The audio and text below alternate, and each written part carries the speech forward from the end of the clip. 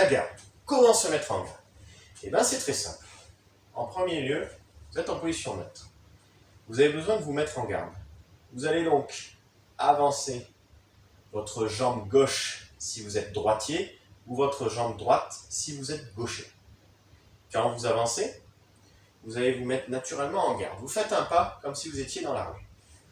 La jambe arrière va automatiquement soulever le talon. Vos bras vont monter.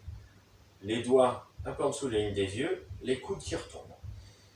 Là, vous êtes comme assis dans une chaise. Ce qui est important ici, c'est de bien mettre le pied avant à 45 degrés pour être un peu comme ça en diagonale. Ça permet de protéger du coup au parti. Pourquoi? Rappelez-vous qu'en Krav Maga, on est comme en boxe. On cherche à le moins s'épuiser. Donc, pour faire un mouvement efficace sans s'épuiser, il faut déjà avoir pris le bon angle. Ici, pour vous protéger d'un coup au parti, vous n'avez qu'à lever le genou. C'est pour ça que la jambe avant doit toujours être à 45 degrés. Vous êtes comme ça, un peu de côté, un peu en diagonale par rapport à votre adversaire. Maintenant, comment est-ce qu'on marche depuis la garde? On ne marche pas comme on marcherait dans la rue. Dès que je choisis de me mettre en garde, je ne vais pas marcher comme ceci. Pourquoi? Pour simplement avoir ma stabilité et toujours être capable de pouvoir être efficace, quelle que soit la situation. Donc, quand on est sur de l'opérationnel, on va ici utiliser la jambe la plus proche. Je veux aller en avant, j'utilise ma jambe avant. Je veux aller en arrière, j'utilise ma jambe arrière. Je veux aller à gauche, j'utilise ma jambe gauche. Je veux aller à droite, j'utilise ma jambe droite. Et vous comprendrez pourquoi ce système est vraiment primordial. Je vous le montrerai en fin de vidéo. Vous allez en avant, vous n'avez qu'à faire un pas. Votre jambe avant, qui est la plus proche, avance. Votre jambe arrière va vous suivre. Vous voulez aller sur la gauche, vous avancez, enfin, vous partez sur le côté avec la jambe gauche. Vous voulez à droite, jambe droite. Vous voulez aller en arrière, jambe arrière. L'autre jambe va toujours suivre, pour toujours avoir le même écart. On ne change pas l'écart latéral, ni entre l'avant et l'arrière. On garde les mêmes écarts. Une fois que je me suis déplacé, je retrouve toujours le même écart. Je peux me déplacer aussi éventuellement en diagonale. D'ailleurs, ça va être le cas. Dès que je suis dans la rue, hop, je vais me déplacer ici en tournant. Je ne vais pas avoir exactement la même direction ici à angle droit. Jamais. Mais c'est pour vous donner une idée. Il faut être capable de se déplacer dans les 4 directions avant de pouvoir faire des mouvements un peu plus ronds, un peu plus en rondeur, un peu plus en courbe. Donc, il est essentiel de déjà bien savoir marcher en garde dans les 4 directions. Une fois que vous commencez à être à l'aise, que vous ne croisez pas les jambes, c'est très important, que vous ne faites pas ces mouvements-là non plus, vous commencez à savoir vous déplacer en garde, et là, vous allez devoir apprendre à frapper depuis la garde. Parce que frapper depuis la garde ne s'improvise pas.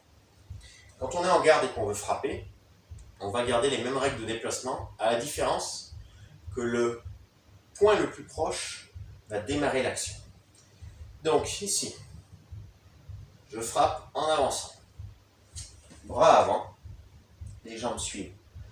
Comme je vais vous le montrer au ralenti, le bras commence l'action et il est accompagné par les jambes.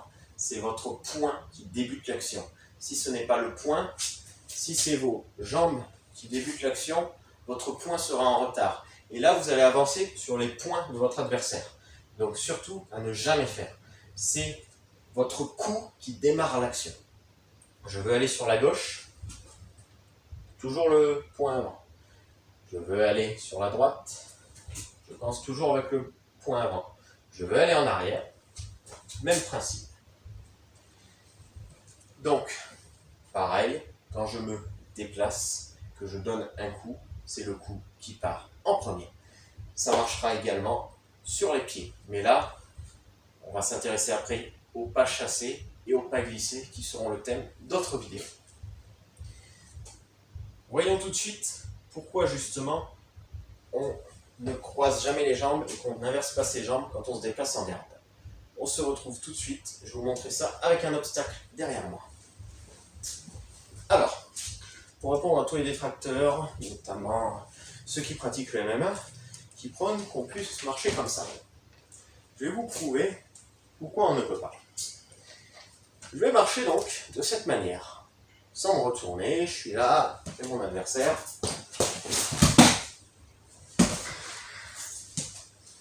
Je marchais sans aller trop vite, je n'ai pas senti obstacle, je suis tombé.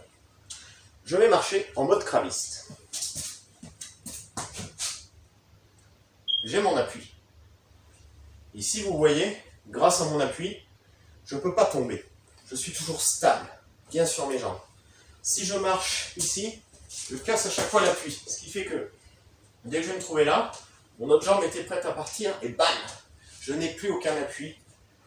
C'est zéro, stabilité, je tombe. Voilà, pour cette raison, on ne se déplacera jamais en croisant les jambes. Là, en plus, si vous le faites de côté, vous risquez toutes les balayettes. Là, le moindre truc, vous pétez les deux genoux. Et en plus, si vous êtes dans des endroits un peu sombres, vous ne voyez pas trop comment se comporte le terrain, vous allez tomber à coup sûr. Donc, que ce soit en vous déplaçant vers l'avant, vers l'arrière ou sur les côtés, jamais vous croisez les jambes. Vous restez toujours dans votre garde. Donc, avant de terminer, je voudrais vous montrer qu'est-ce qui va différencier la position d'un gaucher ou d'un droitier. Donc ici, si vous écrivez comme moi de la main droite, c'est ma main droite. Je vais me mettre donc en garde avec le pied gauche devant.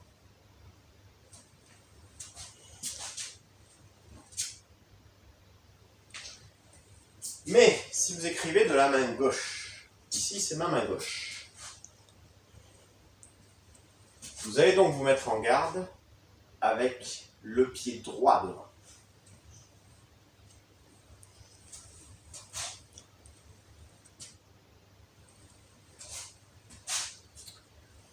Donc, n'oubliez pas, votre garde dépend de votre main d'écriture, la main que vous utilisez le plus. Pourquoi? Parce que c'est votre main qui sera la plus forte et donc la moins rapide. C'est pour cette raison qu'on la met derrière. Elle est plus en recul, elle est là pour finir le travail. Tandis que votre main la plus faible est là pour commencer le travail, pour pouvoir taquiner, pour pouvoir l'embêter. Donc du coup, la plus rapide doit toujours être devant.